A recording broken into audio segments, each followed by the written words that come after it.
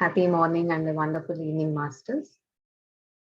So we'll go through a little bit of breathing exercise. We'll just relax ourselves before we start today's session. So wherever you're sitting, sit in a comfortable position and relax your body. Just ease your body. And take a couple of deep breaths. So whenever you're ready, just observe your breath in this process. Take a deep inhalation. Expand your lungs comfortably. No forceful inhalation. How much ever you can, just inhale. Try to expand your lungs to its fullest and exhale slowly and comfortably.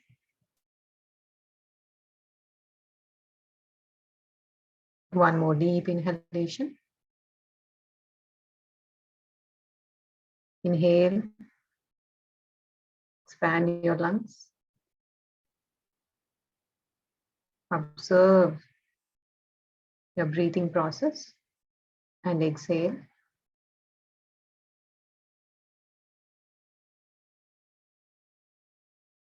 One more deep inhalation. Inhale, expand your lungs. And just observe the breathing process, how the air is entering into your lungs, what's happening at your chest region. And just exhale.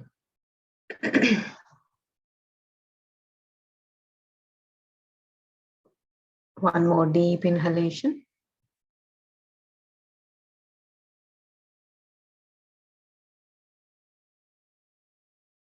And exhale.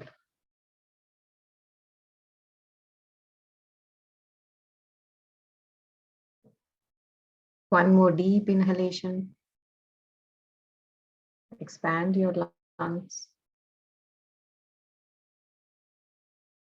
And slowly, comfortably exhale.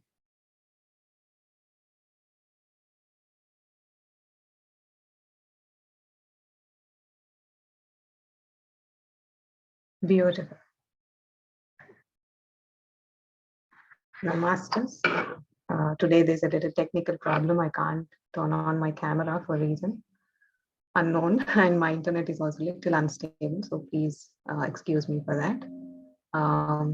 So masters, from today we are going to start discussing on the beautiful wisdom shared to us by this book called Immortal Talks. And it's a wonderful book. This book is very, very dear to me because this is the first book that I have come across or I have gone through after my meditational journey. And believe me, I didn't understand anything at that time. It was completely blank. I was not understanding anything. But I think a couple of months back, not couple of months, just a few months back, this book came again into my life for some reason. And I just wanted to read it again. And this time it was very beautiful for me when I went through this book. So coming to this book, Immortal Talks by Shunya, the book is written by the author whose name is Shunya. So Shunya means nothing. It is not his real name. The author has not disclosed his name. He has given this name Shunya and he's written these two books, Immortal Talks 1 and Immortal Talks 2. And it's a very curious name. And that's one of the things that made me curious to read this book, of why the author didn't give his name and why he didn't take the applaud of this beautiful book. We rarely come across authors who give their pen names, but eventually you know who the author is, but we really don't know who the author is. So when it comes to this book,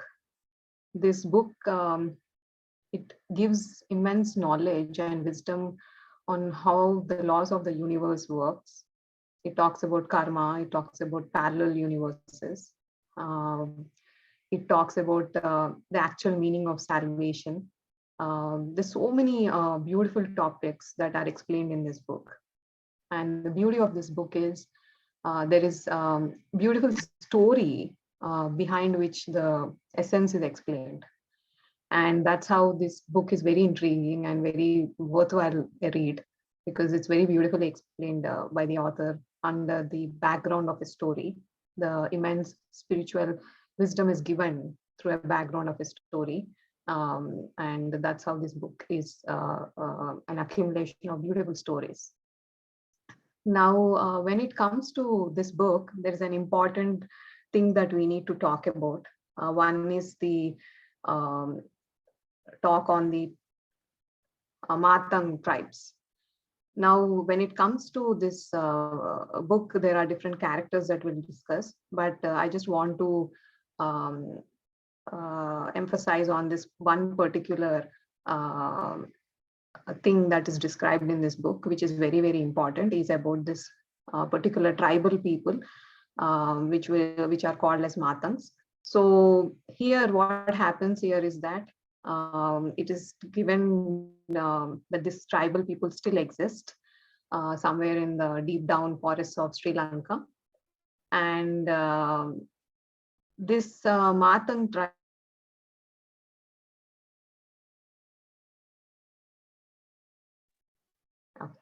so this book is basically a conversation that happens between Lord Hanuman with this tribal people, which are called as Matangs. And that's how the author of this book tries to gather those wisdoms that was given by Hanumanji to this Matang tribes, and he accumulated them into different stories in this book.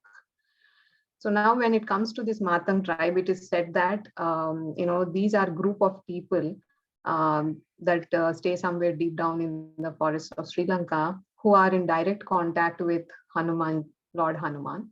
And it is said that these people are visited by Lord Hanuman every 41 years. And these people are direct descendants of the great master Vibhishana, who is considered to be the brother of Ravana. And somewhere they are linked with that Vibhishana clan, and they have been there since that particular era, and they are continuing there in that deep down forest. And Hanumanji said that he'll visit them every 41 years and impart wisdom that is necessary for them to attain salvation. And that's how, we already know that Lord Hanumanji is considered to be one of the 7 Chiranjivas who are existing in this yuga. We obviously say his soul is immortal, but he's existing in his physical body, and we come across various photos depicting that this is the picture of real Hanuman, and we have all come across one or the other things of such those pictures saying that this is a real picture of Lord Hanuman. He was seen there and he was seen somewhere. So here, this particular Matang tribes, it's actually their real tribe. They are not a fictional character. And there is a organization called Setu in Sri Lanka who are tracking these people, and they're trying to decode. They have a logbook. The head of this tribe maintains a logbook where there are different caricatures or characters written, and each character has a meaning and an essence which are understood by this particular tribal people only. It is their language, and these people are trying to decode them. And it is considered that somewhere in 2014 or somewhere the visit happened, and the next visit is probably somewhere in 2055 or something like that. So they're trying to understand, and they successfully said that they could decode one page of that logbook. But this is the story of Matang tribe, and the same Matang tribe is described in this book. We don't know who the author is or what he went or what he understood, but he tried to put that into this book. So there are about 6 chapters in this first book, and each chapter gives a deep understanding and a wisdom. And today we'll talk more about prologue, the introduction, more like what made the author accumulate the story and put it into a form of a book. A little bit of his introduction and what he went through and why he had to do this. So that is something we'll talk on this day. From next week, we'll start about the first chapter, and I request each of you to grab this book and start reading. It's a beautiful book. And when it comes to the introduction of this book today, this is a story of a man who is going through a process of understanding himself. So this person, will call him as Mr. X because we don't know who he is. The author has not given his name. So this Mr. X is somewhere in Toronto, in Canada, and he was living a very lavish and elite lifestyle. He was so much busy with his everyday mundane materialistic life, and he has one son, and he's happily married, and he's so busy with his materialistic life, understanding himself with respect to the external world in terms of mundane activities. And he was born in a Hindu family, obviously, but he didn't understood anything about the essence of Hinduism or the way of life. What spirituality is nothing for him. It was all about waking up in the morning, just doing his everyday mundane activities and earning money. And it's all about flashing wealth for him. It's all about trying to fit in the society, trying to please other people. Um, and it's all about, waging war on his competitors, trying to subdue some scheming activities and earning more money. And it's about getting approval from the society. So if he gets a Benz car or if he gets an Audi car, then he's fit for the society. He's good in that stature. He get to make friends at higher places, and he's safe and secure, and living in fear in day-to-day life. And his mind is always compartmentalized, he would say. He say that everything is so very compartmentalized. Everything is in boxes.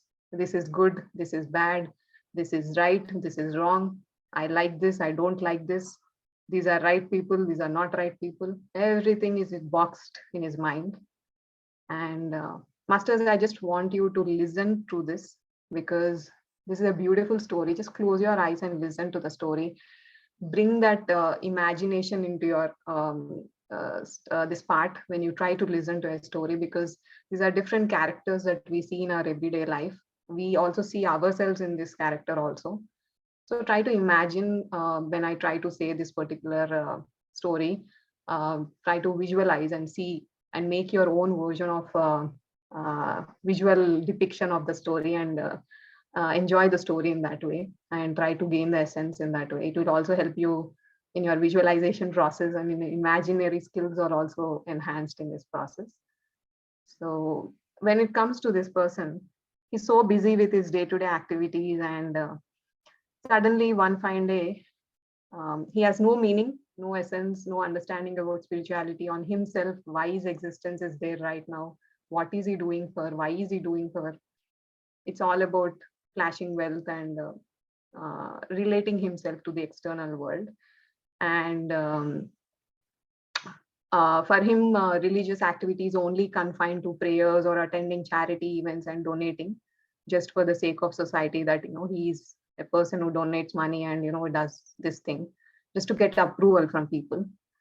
So he has now no understanding about his religion itself. So when this man suddenly, when he was going through this lifestyle, one fine day he loses his wife to an accident, and that triggers a huge havoc in his life. And his only son, he fell victim to drugs because his son was going through a lot of pain. There was no humanly interactions. Everything is all about trying to relate to the external world. There was no connection between them as a family. And his son could not relate with, or could not digest the death of his mother. And eventually he falls victim to the substance abuse, because he gets relief from his chattering mind. And he got so abused to that he fell a victim to schizophrenia, and he started hallucinating things, and so much more.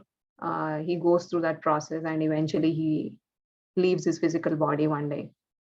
And this Mr. X, all of a sudden he loses his wife, and within a gap of a couple of months to an year, he loses his son, and now everything comes to standstill. And he goes to India to bury his son, to do the rituals and everything, or his home country. So now when he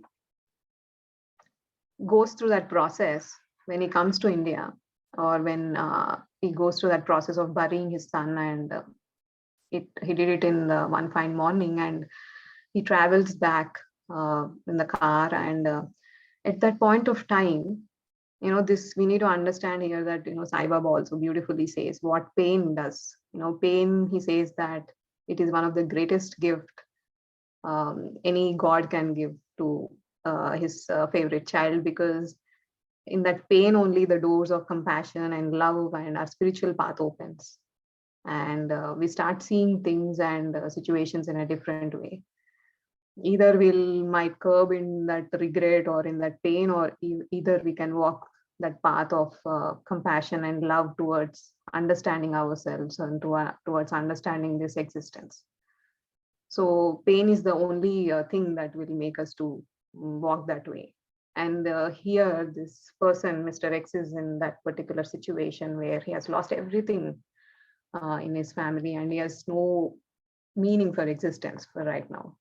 So when he buried his son and he was driving back, for a moment of time, he goes through this particular strangely different experience where everything becomes so hollow inside him.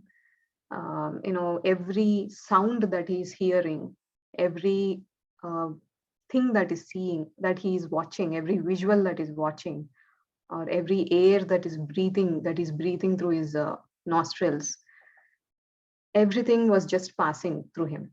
He was not trying to define them. He was not trying to compartmentalize them. He was not trying to assign a meaning to them, because that's how our mind does, right? Every picture that we see, everything that we see, we try to ascertain a meaning to it. Otherwise, it's very difficult. Our mind does it 24/7 a day.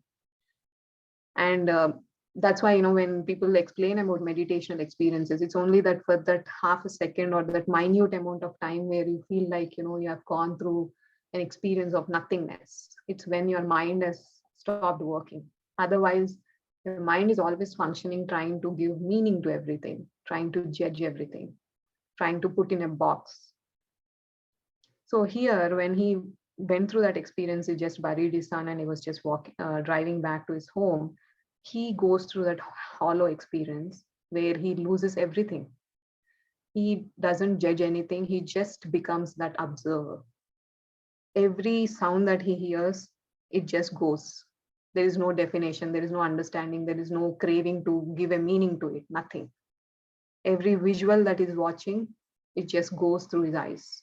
It just goes through his mind. And every breath that he's going through is just observing the breath. Nothing, no definition, nothing.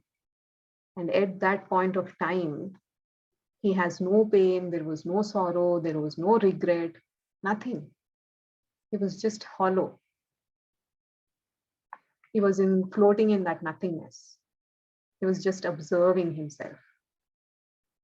And at that point of time, when he was in the car sitting in the front seat, suddenly on towards the right side, when he was going through that moment, he sees a big foot, magical flying monkey passing by. And suddenly, it just passes parallelly to him and hovers horizontally over his car. And it was just going, he was watching that. And suddenly, what happens is that he tries to, his mind tries, which was asleep for a period of time in that nothingness, wakes up because it wants to identify what it was. And he explains his, immediately turns towards his brother who was driving the car, saying that he has just seen this Bigfoot magical flying monkey. And he was about to explain, and his brother cut short his speech and says that, brother, I think you are very tired. because he was tired, he was going through a lot of pain, and he thinks that his brother is deluding and is watching something. But what he has watched is very real, and he couldn't explain it. And he wants to reassure that what he has watched, and he just hovers through the window, and he sees on the top of the car there is a orange color flag with this picture of the same thing that he has seen, a flying monkey. And he couldn't understand what was happening. And then the Guruji, or the priest who was sitting on the back seat, who has done the puja ceremony for his son, he says that yes, you have seen the right thing, and he's called the Immortal Hanuman. And for that point of time, the discussion stops there, and because immediately when he looks back, he couldn't see the creature again, what he has seen. And the discussion stops there. And after a couple of months, Mr. X, who has lost everything and who's right now in India trying to understand or trying to get salvation through the spiritual, what do you say, thing that many of the people go through. He becomes the disciple to this Guruji, and Guruji gives him a name, Hanudas. And there the discussion comes of what do you mean by Hanudas, and the whole discussion happens between Guruji and Mr. X, who has just attained a new name and in the process of getting a new personality for himself. And Hanudas asks Guruji that this is what happened. And Guruji says that that day you are not hallucinating, Hanudas. Whatever you have seen is very, very real. And you have watched the glimpse of immortal Lord Hanuman that afternoon. That is very true. And he says that I have given you the name Hanudas also, because Hanudas means surrender to the Lord Hanuman.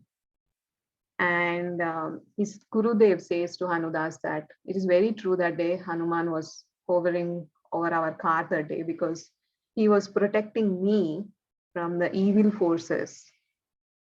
Because these evil forces see me as their enemy, because I am healing misery-stricken souls all around the world. So Hanumanji was protecting me, and whatever you have seen is right.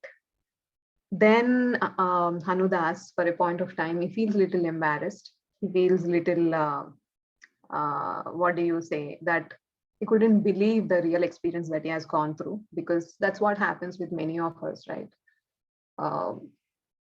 Even though we have certain inner calling or anything, sometimes we don't take that effort to put it out or to believe in ourselves, because we are always in fear that we'll be ridiculed by the society, or we'll be labeled by the society that this is not right, this is mad of you, what are you thinking?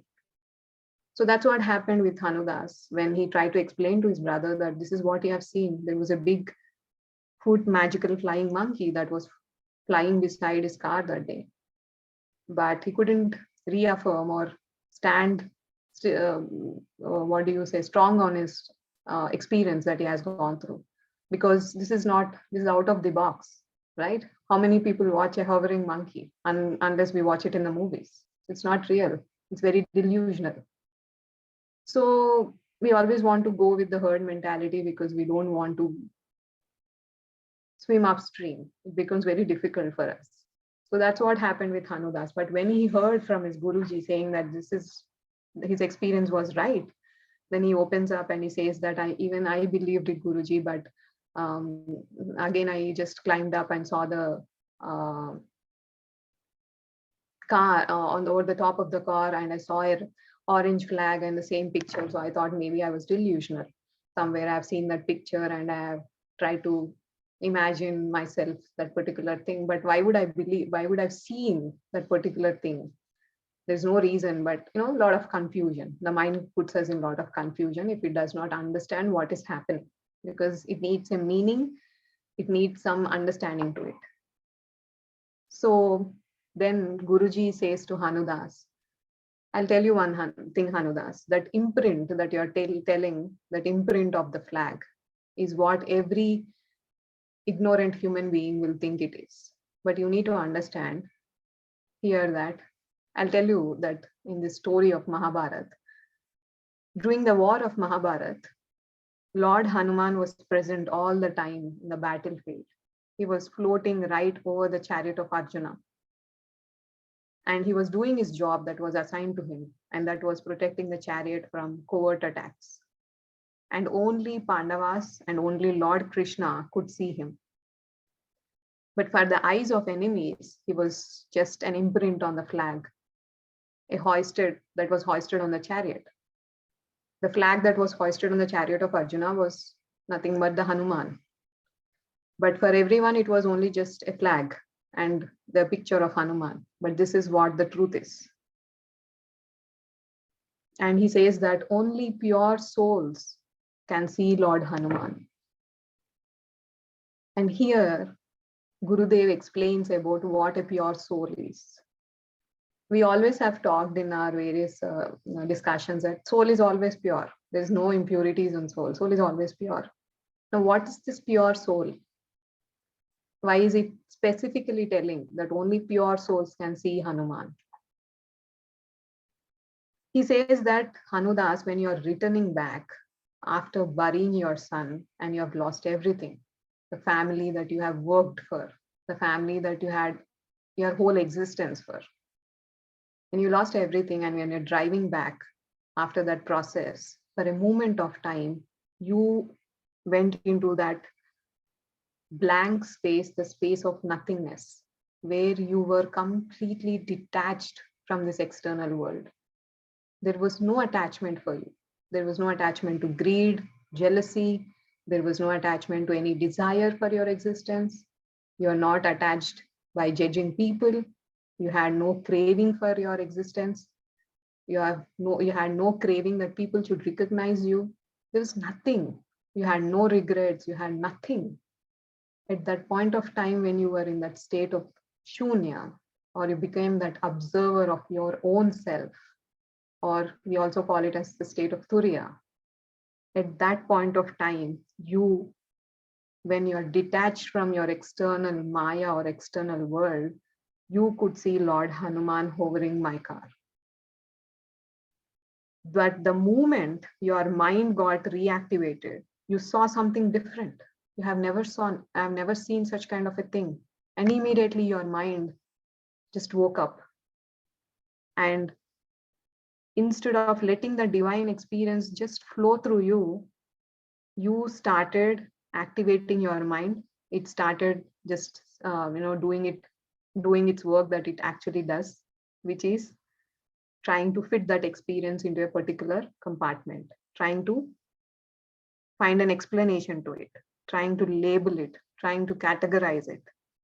So the mind immediately goes into your past experiences that you had, and it will want to find some understanding or some meaning, some label, somewhere you have heard two people discussing about it, or some TV show or some book you have read, and your mind got registered with these words like magical, unexplained, delusional, impossible, and you try to put that meaning to that particular experience.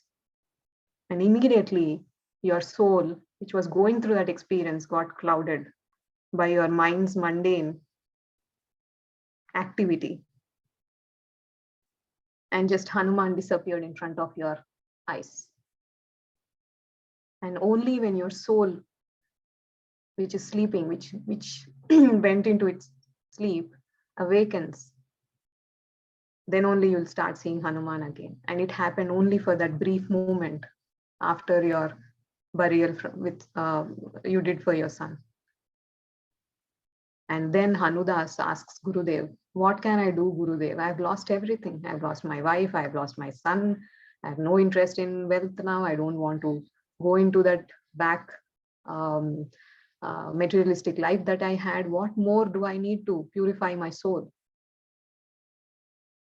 At this point of time, when he was asking that, all his mind was going through sympathy. Its mind wants that emotion of sympathy. It wants that, compassion. It's longing for that. Because here, Hanudas, as I said, when we are grief stricken, We are given two paths. One is the path of pain and one is the path of that understanding God consciousness. And here Hanudas was not, he might not be attached to all these things, but he was attached to the emotion of pain. And that emotion of pain was making him, trying to ascertain meaning right now for his rest of the life. He has to live a life. Now he needs to understand how to live it. There is pain, there is a shallowness. Now he wants to understand how to do it. Now he's telling that I've lost everything. Now what more I need to do to become that pure soul? Now I'm no more attached. But Hanudas here is forgetting that he's attached to pain. He has not let go of that pain. Now here, Gurudev beautifully says, only an aware soul is pure soul. If a soul is aware of who it is and where it is headed, it is pure. And Gurudev asks Hanudas that are you an aware soul? Are you aware of who you are and where you are headed? And for that, Hanudas says that, yes, I am aware. I just want to spend the rest of my life in your service. Because all my life I have been running against these materialistic, mundane things. Now I want to pursue the supreme truth. That's what the reply Hanudas gave to Gurudev. And for that, Gurudev says that, I'm sorry, Hanudas, I'm afraid. Even this answer is coming from your mind, not from your soul. Hanudas didn't know what to say. He was just blank. He didn't have an answer. And for that, Gurudev says to Hanudas that, Hanudas, your soul, just like the majority of human beings right now in this era, is asleep. Your soul has woken up from its deep sleep for a brief time on that moment when you buried your son and you were coming back. Yeah, there are certain alien souls that have taken charge of your body and mind yet again. Earlier, what happened is, Hanudas, with you is that you are chasing materialistic pleasures. And now you are craving for rest and peace in the name of spiritual pursuit. But what is that your soul wants? What is that your soul has headed to? What is it? You have not understood it. And for that, Hanudas didn't have any answer. He immediately fell on the feet of Gurudev and he started crying like a baby who is taken away from his mother. He was crying left and right because he was so confused. He didn't know what to do with his life. He didn't know what his existence was all about.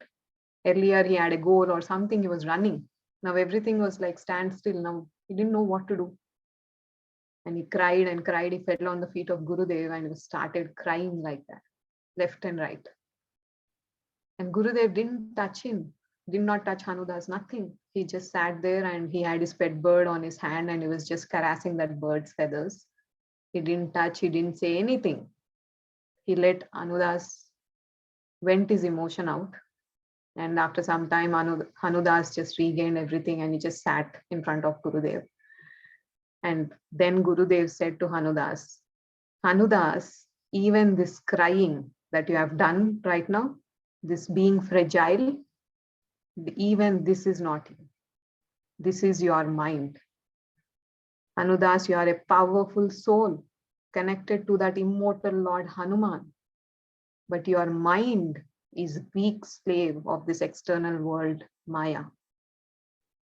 And you need to understand that this Maya will control your mind in many, many, many ways you can't even imagine. And one of them is by infiltrating alien souls into your body and mind. You are a magnificent being, Hanudas. You are not this. And for that, he gives a beautiful explanation on how to understand or be in control of his mind. And when I was reading this particular part, I got reminded of this 5-finger concept, which Patricia explains beautifully. And I just want to take one of your hands and touch all your fingers. Uh, this 5-finger concept that Patricia says is, this little finger of yours is your body. The little finger is your body. The ring finger is your mind. The middle finger is your intelligence. The pointing finger is your soul. And the thumb finger is your higher self.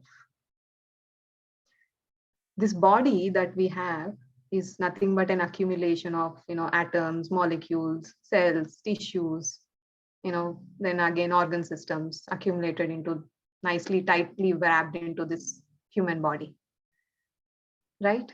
And this body, where do we get this body from? We get it naturally from our parents. Ova and sperm unite together, and then the beauty of creation of this human body happens. And that is what is about human body. And you can see it. You can see our human body through a mirror. When you stand in front of a mirror, you can watch your human body. And now touch your ring finger. Your ring finger is your mind.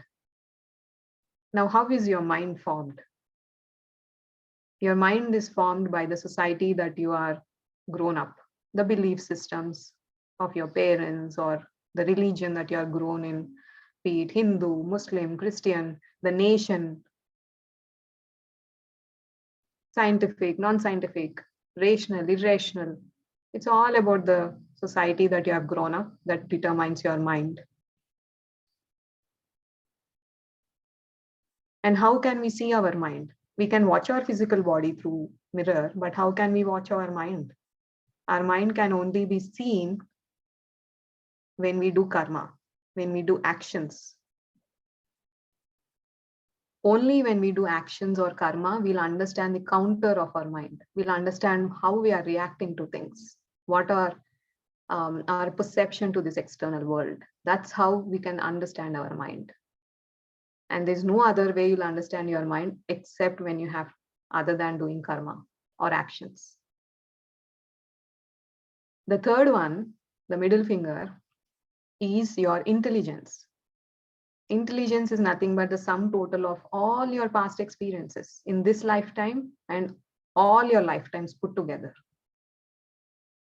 Now, how can we watch our intelligence? How can we know our intelligence? How do we know that we are intelligent or not? It can only be said by the master of that particular subject. Here in spiritual path, it's a guru that can tell or determine your intelligence. When we see Arjuna and Lord Krishna, Krishna determines the intelligence of Arjuna because Krishna knows everything about his existence. He knows his past, present, future. He knows everything about this creation. He knows what he is. So he's always laughing. There's no pain, nothing. But Arjuna, even with so much wisdom, so much everything, he still lacks that understanding. And his intelligence is determined by Krishna. A man who is higher, who is his guru, determines the intelligence of his disciple, be it in any profession. That's how our intelligence is determined. The fourth one is your pointing finger. When you touch that pointing finger of yours, it's your soul. Our soul is nothing but a sum of all our desires. Our incarnation happens only when there is a desire, only when we want to go through an experience. And that's how we incarnate every time, taking that particular thing into our picture, and we want to go through that experience. So how do we understand our soul, or how do we know more about our soul? That is determined by silencing our mind. When our mind is silenced, we see ourselves as it is. And that happens only in meditation, regular meditational practices. Now, the other thumb finger is your higher self, or all that is, or the existence in itself, the one truth that we are all trying to understand. And that will happen eventually when we more understand ourselves as a soul, and eventually we'll know that we came from that higher self to go through this particular experience. We'll get a more clarity on that picture. Now, Patri sir beautifully says all these five fingers, which is your body, which is your mind, your intelligence, your soul, and your higher self. And spirituality is nothing but understanding ourselves in these five categories, because we exist in all these five categories. We have a bodily existence, we exist in our mind, we exist through our intelligence, we exist as a soul, and we exist as a higher self. And for body, Patri sir says that, he says body is Kumbhakarna, that is bodily pleasures, right? We know the qualities of Kumbhakarna, eating and sleeping and just being there with respect to the body pleasures. And then there is mind. The mind is nothing but Ravana, because Ravana is always greedy. He wants that, he wants this, he wants other people's wealth, other people's that, other people's this, more knowledge, more, inquisitive nature or everything. That is how mind is. It's out of balance sometimes. Then there is intelligence. Intelligence is Vibhishana. Because how do we gain intelligence? We gain intelligence by reading more books or attending Sajjana Sangatya, understanding, spending more time with our gurus, trying to understand what is right, what is wrong with respect to this duality that we are in. So we need certain kind of intelligence to decide on what things are right. And that's how Vibhishana did. He didn't take the side of his brother, but he took the side of Dharma at that time. So then there is soul. Soul is Hanuman, and higher self is Rama. So that's how we should understand ourselves in this five-finger concept. Now, the mind is always trying to control the physical body, and mind is always flooding with thoughts. We want to eat this, we want to get that, I want to get this dress, I want to buy this stuff, I want to, it's like thoughts are coming, and when you are in the slave of your mind, your just body will go array. You'll be eating whatever you want. You have no understanding what to eat, what not to eat. So everything in every category, if mind is the boss, then our body will go with respect to our mind.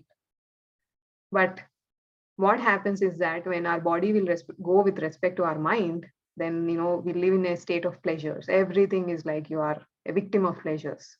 There is no end to it. And that's what here Guruji tells to Hanudas, that Lord Hanuman, which is your higher self, is directing your soul, and the soul should in turn direct your mind, and your mind then should interact with Maya accordingly. But in your case, and in the case of all millions of ignorant human beings, it has reversed. Your mind, which is your ring finger, is taking directions from this external Maya, while your soul is put into sleep of ignorance.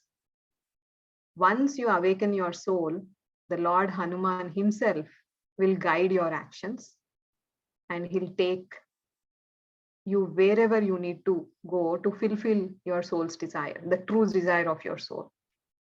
You'll know the meaning of your existence. So for that, you need to make your mind to sleep and wake up your soul. And when Gurudev told these words to Hanudas, Hanudas immediately just fell blank, and just a spark or something happened in his mind. And then he decided that, he'll just,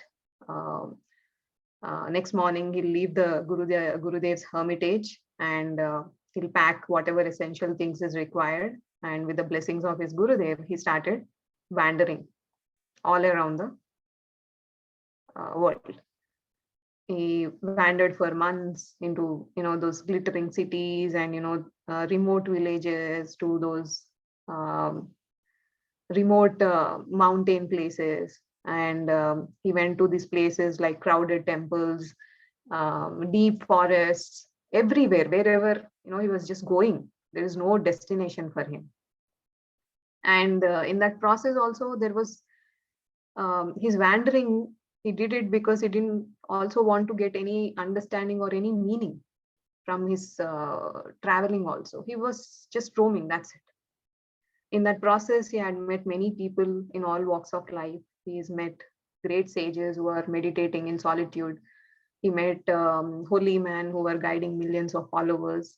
He went into, tribal villages, these remote villages. He was watching different rituals, sacrifices, whatnot. He was watching everything. And he was going through a variety of experiences were passing through his mind. And all these experiences were as if they're flowing, just like the water was flowing through the river. He was not trying to ascertain any meaning or any understanding to these experiences that he was going. I think he has met millions of people in those couple of months. He has seen various things. He was not being judgmental. He was not trying to get a meaning or trying to fix things in a particular compartment. He was not trying to ascertain any meaning or any understanding to what he was watching. He was just watching. And in that process, over a couple of months to an year, he felt for a moment that he has finally, whatever experiences that he has gone through, or whatever he has watched or heard or seen or tasted, he just did it. He didn't want to analyze it or nothing. And he felt that at that moment that, his mind was little numbed. Now his mind was not working, not trying to do its regular function. He was doing this process because he knew that when he tries to do that process, it numbs his mind, his soul will awaken. Now he doesn't know whether his soul has awakened or not, but he had that inkling that now his mind is little numbed. Now he was at a particular place at that point of time, and there were certain tribal people around, and suddenly his mind gets this tingling sensation that um, uh, you need to watch these people. And then when he starts watching these people, he comes to know that these particular tribal people, they are called as Matangs. And through the interaction or through surrounding people or somehow, he comes to know that these people are visited by something invisible every 41 years, and they have some secret codes or something. And later he comes to know that he's visited by this immortal Lord Hanuman. And now here what happens is that he doesn't know where this inclination or this, why did the mind try to think about this particular tribal people or anything, but it was a deep inner desire, inner feeling that you could feel that this is something right, he has to do it. And so he talks with his Gurudev and discusses on it, and he gets support of two other sages who would say that they'll help in this process of observing these people and understanding more about their interaction with that invisible person, whom many call the immortal Lord Hanuman. And when he started, of course, those two sages didn't have any interest. They simply thought that this is just waste of time. But since their Gurudev told them to do it, so they volunteered in it. Now, after several months of tailing these matangs, he observed that there were a set of 7 symbols that were inscribed on several things, like broken clay pots or tree trunks, rocks, or even on the sand. There were 7 symbols that he's watching everywhere. And he takes a note of it. And initially what happened is that, of course, he has visited so many places and he has watched such kind of symbols and rituals and everything. Many of them don't even know what it is. They're given by their ancestors. Some of them just don't understand the meaning. So for a brief period of time, since he was not even analyzing these things when he was watching or doing his journey, he just watched them. He understood that there are 7 symbols somewhere. That was in his memory, but that's it. And suddenly that inner urge came that you need to watch that symbols, there are something in it. It was very truly coming from his inner. And all these months or years that he has traveled, he has watched so many things, but he didn't get that inner urge to understand their meanings. But this was coming very strong.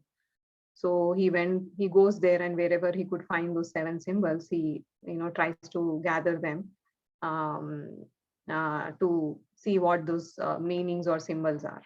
And these two sages, called as Swamiji and Brahmachariji, they were tailing these Matangs very closely. They even tried to go and contact with the uh, head of the tribe, but the tribe head doesn't encourage the discussion. So they just come back, and they were deeply, hurt. These two people were like, we have been tailing these people since years, and there's no direction. We are not allowed into their tribe. We are not understanding their language.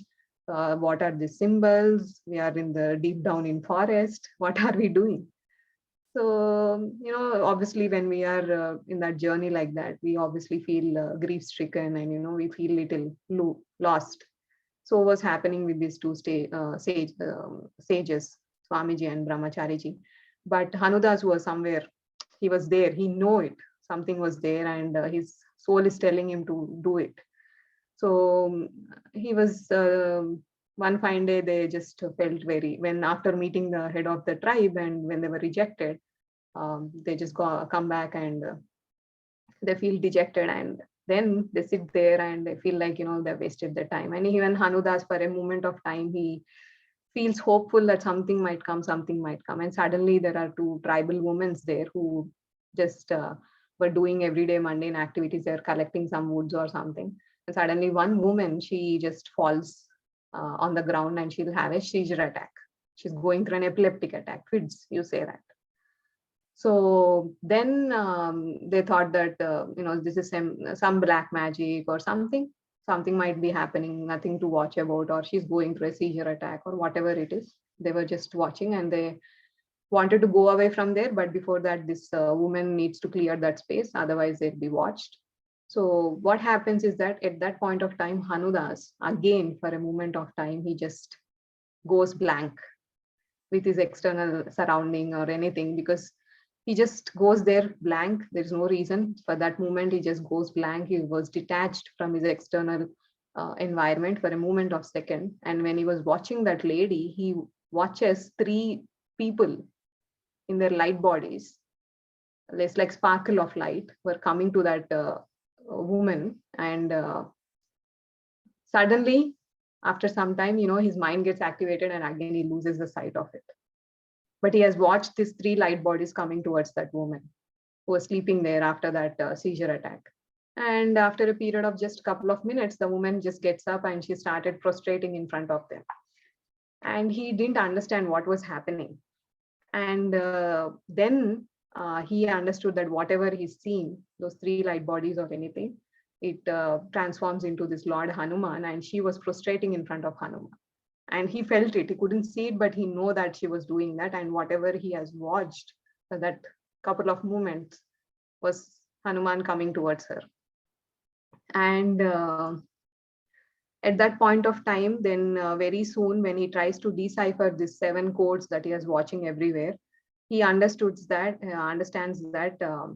the seven symbols that he has collected from that Matang people, it was a puzzle that translated, saying that the immortal Lord Hanuman comes every 41 years to impart supreme knowledge to his disciples, the Matangs. So now over the course of next several months, Hanudas collects thousands of such symbols and puzzles, wherein he puts the entire knowledge of what Lord Hanuman has imparted to his disciples.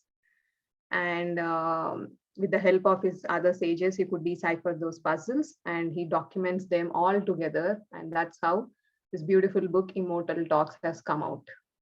Now, this is the prologue of what has actually happened. And starting from next week, we'll talk about the first chapter, The Alternate Mother. It's a beautiful story and beautiful wisdom, so much wisdom in it.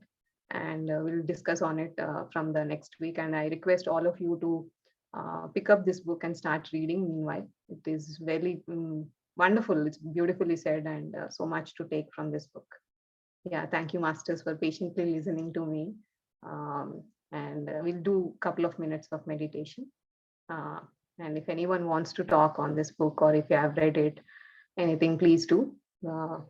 After that, we'll start our meditation. Thank you so much.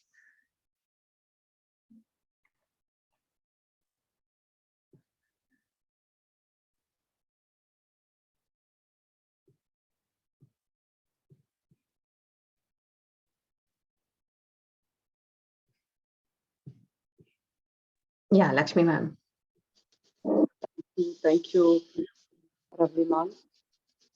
I don't know for what reason you have picked this book, but it is such a coincidence that a lot of fear has been existing, a lot of confusion has been existing for me.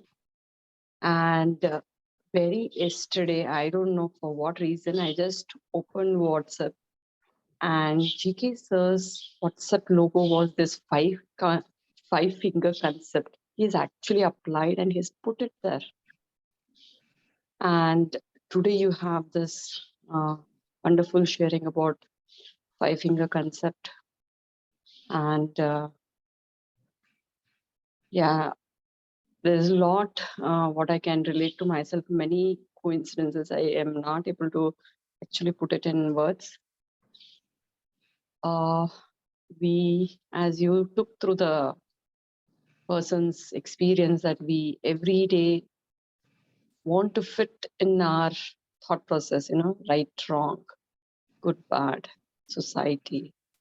That dropping analytical mind is the biggest challenge.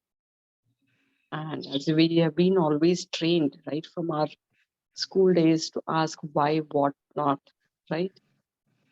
And believing what the higher self or our soul is guiding, to believe ourselves what we are supposed to do it's like a struggle for yourself, not anyone outside actually. Thank you, Ravli ma'am. Thank you for this wonderful book. Makes a lot of my questions answered.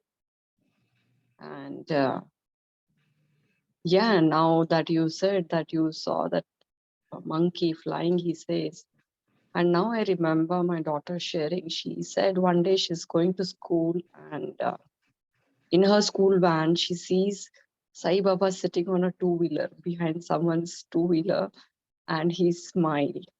And after a moment, when she turned back, she said she didn't see him.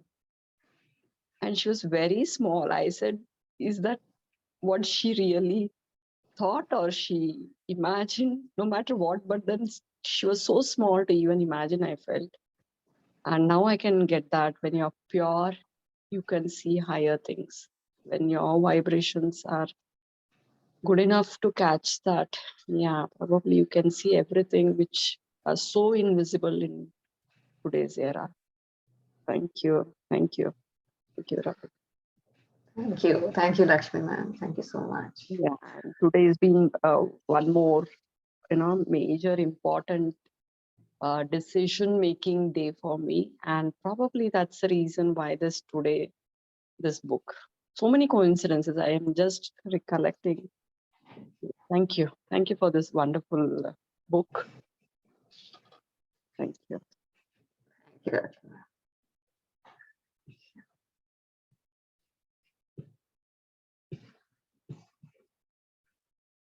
Masters, any sharing, or else we'll start our meditation for just a couple of minutes.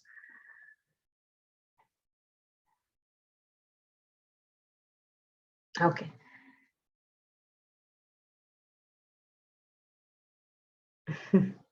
Yeah, Jagruti ma'am. It happens even for the author, probably the author of the book. We are all striving to get into that state, because we are always under the control of mind, and that's what Gurudev says to Hanudas, right? You don't know how many different ways Maya controls you, so that you need to wake up your soul. Yeah. Thank you, Jagruti ma'am. Thank you. Yes. Masters, sit in the most comfortable position. Just let us try to silence our mind for some time. Just close your eyes, interlock your fingers, crisscross your legs. Just start observing your beautiful natural breath. No forceful inhalation, no forceful exhalation, just observing. Let the thoughts come.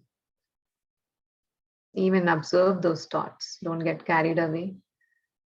Even though you get carried away, just come back and start observing your breath.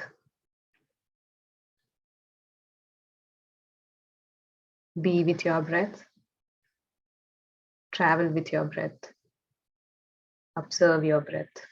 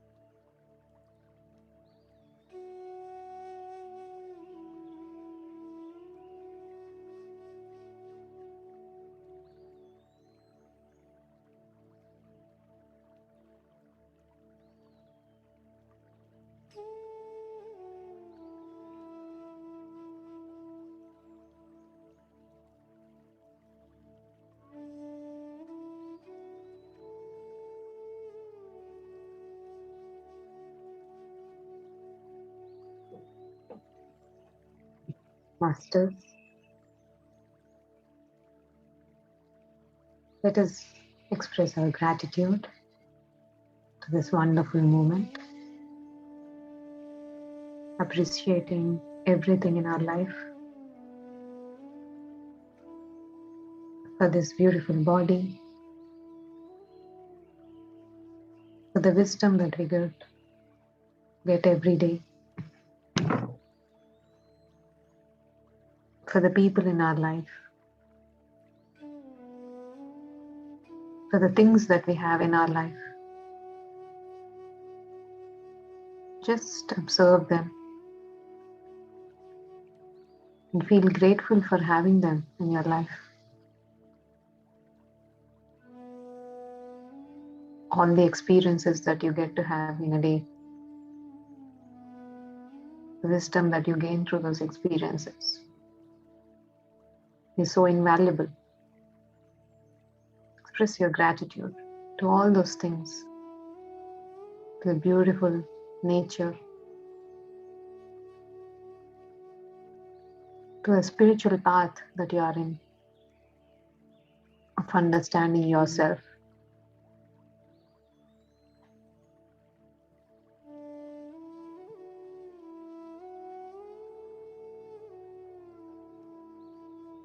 Just be grateful for everything that you have right now in your life. This life in itself, the moment you got up from that bed in the morning to experience this life, just be grateful for everything.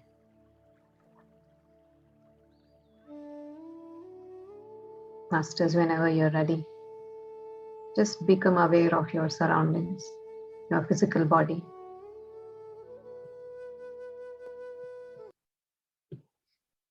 Slowly, comfortably, whenever you're ready, just remove your fingers, rub your palms together, put your palms onto your eyes, and slowly open your beautiful eyes.